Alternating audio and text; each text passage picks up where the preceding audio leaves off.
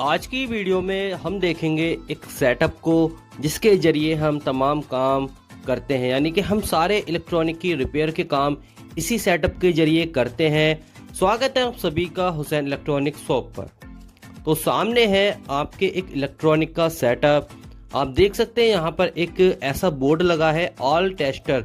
इसको all tester board का नाम दिया गया है। यहाँ पर आप सीरीज का काम या एसी का काम, डीसी का काम, सारे काम जो है एम्पियर जितने काम होते हैं सारे काम इस बोर्ड के जरिए ही निपटा सकते हैं।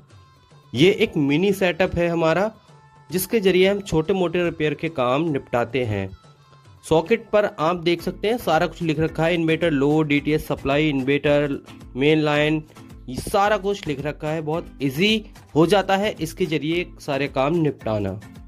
तो बोर्ड कैसा लगा कमेंट करके बताएं।